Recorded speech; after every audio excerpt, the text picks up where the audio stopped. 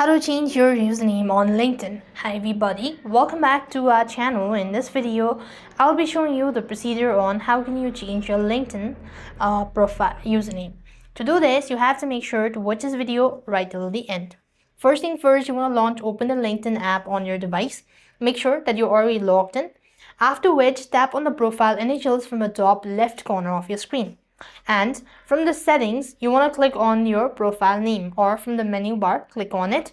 As you go to this section, here you have your information, right? So right on this field, you have these open to add section, and right next to it, there is this three dot icon, which you want to click on it. And from the drop down list, you want to simply click on contact info.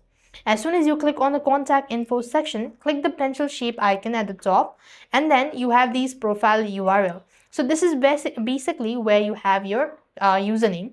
So you want to click on this arrow icon over here. And next, you simply want to click on the pencil shape icon, and here you have your username, right? So you want to make sure to erase it and then click on the save button.